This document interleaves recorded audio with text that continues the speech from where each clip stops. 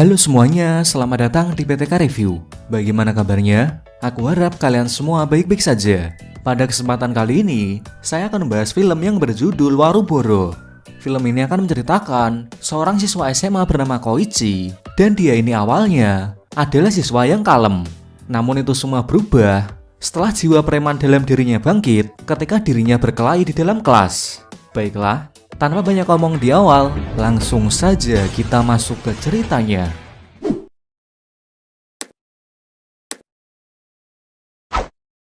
Berlatar di tahun 70-an, di sebuah kota kecil di luar kota Tokyo, perjalanan Koichi sebagai seorang preman sekolah pun dimulai. Di kota kecil yang menjadi saksi lika-liku kehidupan Koichi dan 5 orang temannya sebagai seorang preman sekolah. Tekadnya untuk menjadi preman ditunjukkan dengan mengubah penampilan layaknya seorang siswa nakal untuk pertama kalinya. Singkat cerita, Koichi mengunjungi toko jahitan dan salon untuk menunjang gayanya tersebut. Gaya rambut dan model baju yang digunakan akhirnya persis seperti seorang preman sekolah yang trending pada saat itu. Ketika sedang berbincang dengan temannya, tiba-tiba salah satu temannya lagi datang. Dengan sangat ketakutan, dia berlari menghampiri Koichi dan temannya untuk menyampaikan bahwa ada sekelompok preman dari sekolah lain. Berita itu pun didengar oleh sang pemilik toko jahitan dan menyuruh Koichi beserta kelompoknya untuk melawan mereka.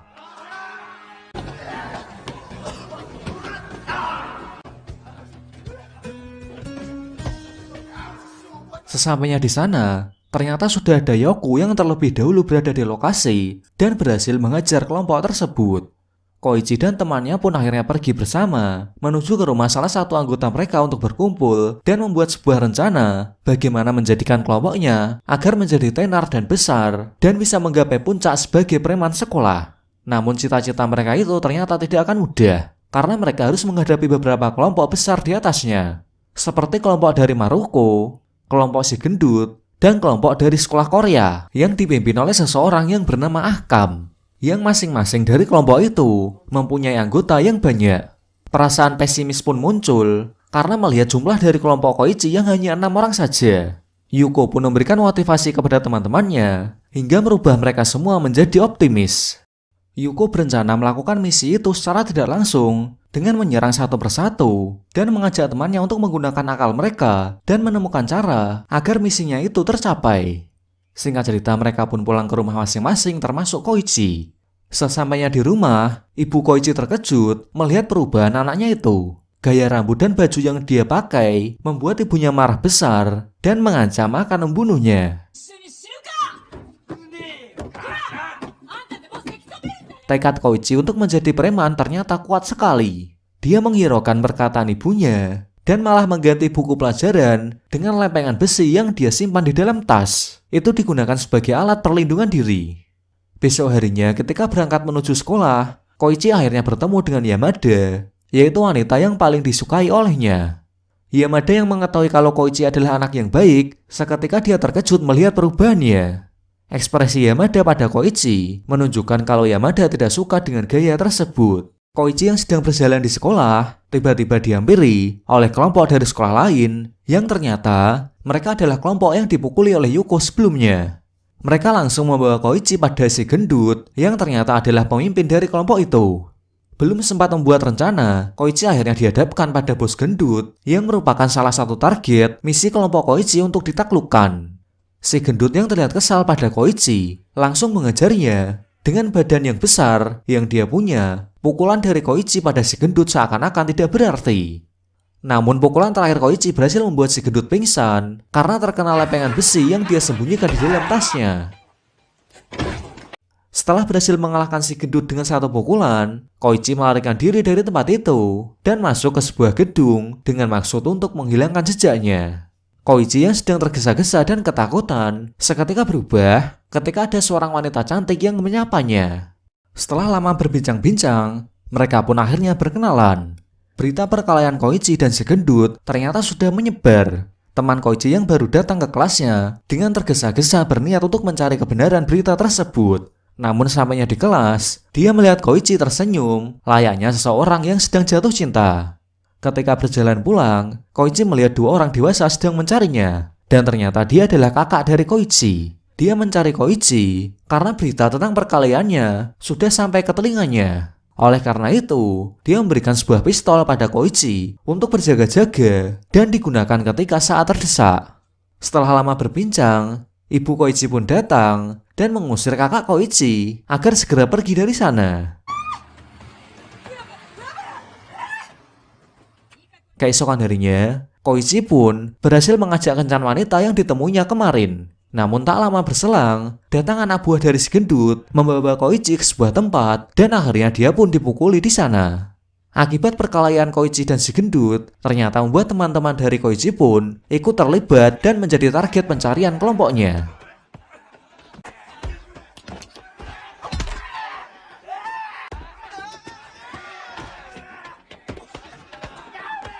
Dan akhirnya semua teman-teman dari Koichi diajar oleh mereka, termasuk Yoku sampai dia pun terluka parah dan dirawat di rumah sakit.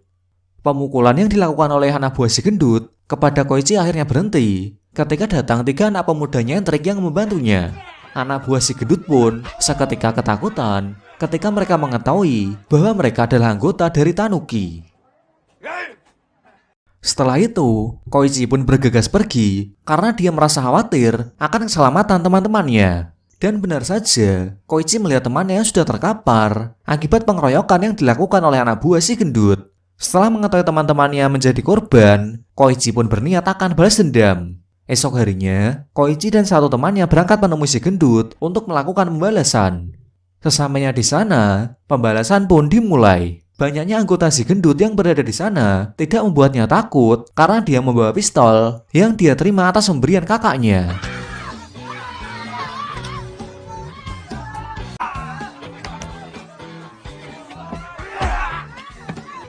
Bawahan si gendut hanya bisa melihat bosnya dipukuli oleh Koichi dan tidak berani mendekat karena todongan pistol yang diarahkan kepada mereka. Setelah berhasil memukul si gendut sampai babak belur, akhirnya mereka pun kabur dari tempat tersebut. Belum selesai masalahnya dengan si gendut, masalah baru pun muncul. Karena Koichi memukul siswa dari sekolah Korea yang ditemui di jalan ketika perjalanan pulang. Ternyata, mereka adalah anak buah dari Ahkam, seorang pemimpin preman di SMA Korea. Di sekolahnya dengan perasaan senang, Koichi dan teman-temannya mengunjungi Yoku yang masih terbaring di rumah sakit. Dia menceritakan tentang pembalasan dendam yang dia lakukan. Namun bukannya senang, Yoku malah memperingatkan Koichi bahwa apa yang dilakukannya itu adalah pemicu perang besar yang akan mereka hadapi selanjutnya. Singkat cerita, Yoku yang sudah sembuh dari lukanya sudah masuk ke sekolah dengan Koichi. Tiba-tiba salah satu teman yang memberitahukan bahwa Ahkam, pemimpin dari kelompok preman dari sekolah Korea, sudah ada di depan gerbang. Koichi dan teman-temannya pun seketika terkejut dan bergegas untuk melarikan diri dan bersembunyi. Namun saat mereka bersembunyi, tidak berjalan mulus. Karena ada seorang anak kecil yang berteriak melihat gaya berjalan Koichi dan yang lainnya ketika sedang melarikan diri dari tempat itu. Teriakan itu pun didengar oleh kelompok Ahkam. Seketika mereka pun langsung mengejarnya. Agar terlepas dari pengejaran itu, Koichi dan teman-temannya pun mencoba untuk berpencar.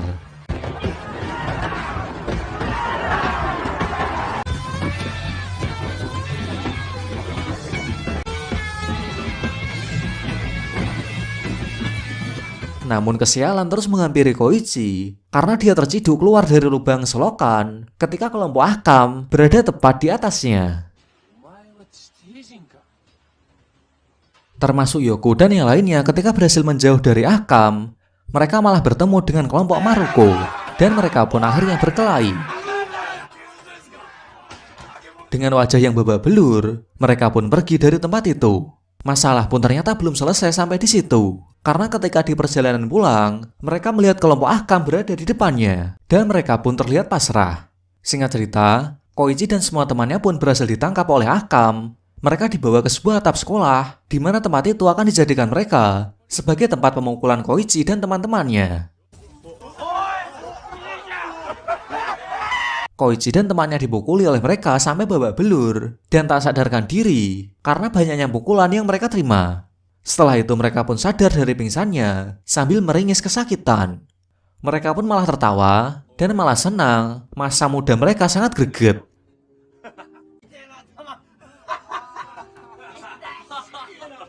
Singkat cerita, Koichi pun pulang ke rumahnya. Kekesalan ibunya pada Koichi pun terus bertambah. Ibunya pun tidak menghiraukan kedatangan Koichi yang pulang ke rumah, dan dia pun bergegas untuk pergi bekerja. Siang harinya, Koichi dan teman-temannya pun berkumpul.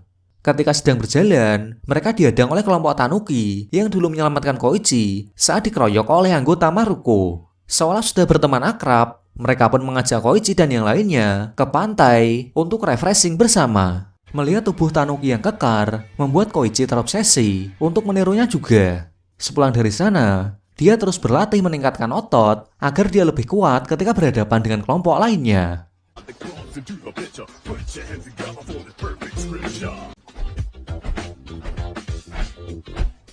Suatu hari, ada sebuah kelompok misterius yang menculik semua pemimpin kelompok besar dan dipaksa untuk menjadi anggotanya. Dan ini menjadi masalah baru yang paling sulit untuk Koichi dan yang lainnya, karena mereka harus berhadapan dengan semua kelompok yang sedang dihadapi dalam satu komando.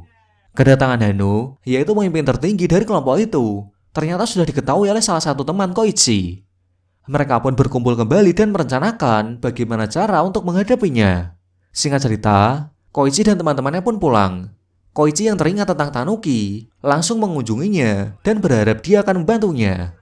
Harapannya untuk mendapatkan bantuan pun terwujud karena kelompok Tanuki bersedia untuk membantunya. Seolah tidak masalah untuk itu, Koichi pun malah diberikan tiket untuk merayakan sebuah pesta.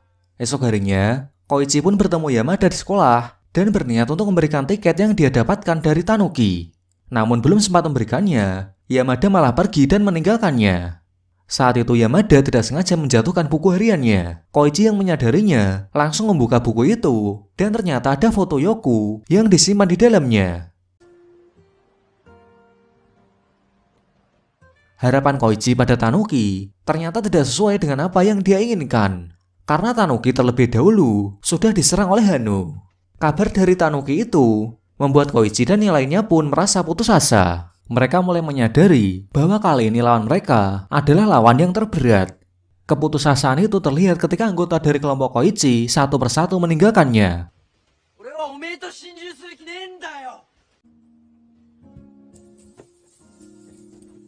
Koichi yang sedang putus asa dan marah malah bertemu dengan kelompok Maruko dan untuk kesekian kalinya dia pun dipukuli oleh mereka.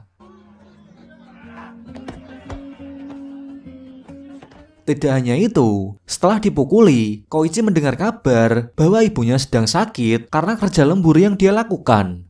Penyesalan pun tampak terlihat darinya. Namun hal itu tidak berselang lama, karena Yamada langsung memberikan motivasi kepada Koichi.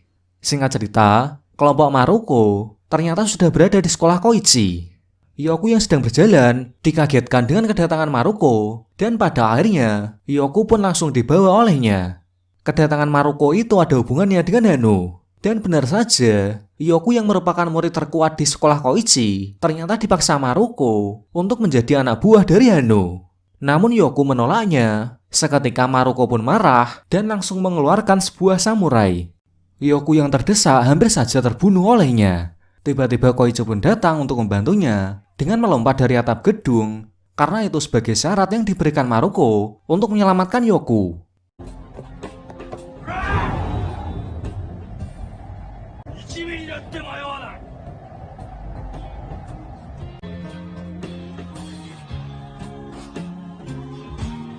Teman Koichi yang keluar dari kelompoknya ternyata hanya berpura-pura untuk bergabung dengan Hano. Dia menyamar dan menjadi mata-mata untuk mendapatkan informasi tentangnya. Informasi pun akhirnya mereka dapatkan dan akhirnya mereka berencana untuk melakukan penyerangan ketika wisuda tiba. Singkat cerita, saat wisuda pun akhirnya tiba. Koichi dan teman-temannya pun berangkat ke markas di mana Hano berada.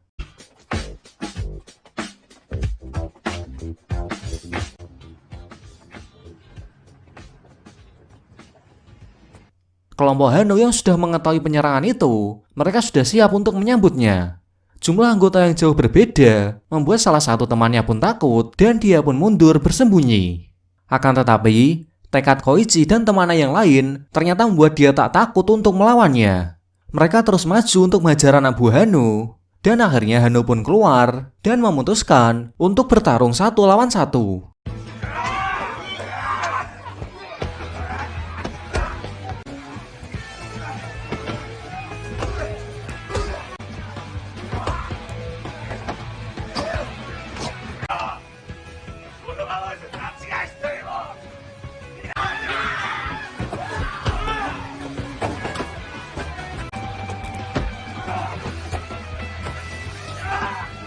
Ketika pertarungan itu sedang berlangsung, tiba-tiba Hano datang dengan membawa tongkat yang digunakan untuk memukul Yoku dari belakang. Ketika akan memukul kembali, tiba-tiba teman Koichi yang penakut tadi datang dan menendang Hano dengan sekuat tenaga. Akibat tendangan itu, membuat Hano sampai terkapar. Namun tak lama kemudian dia pun bangkit kembali. Koichi yang sudah babak belur akhirnya bisa melawan Hano yang sudah lama ingin dia lawan, dan dia pun bertarung dengannya.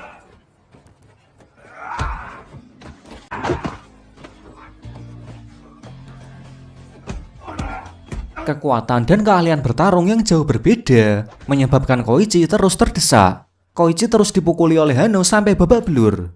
Namun Koichi tidak menyerah dan berhasil mengalahkan Hano dengan satu pukulan terakhir yang dilayangkan kepadanya.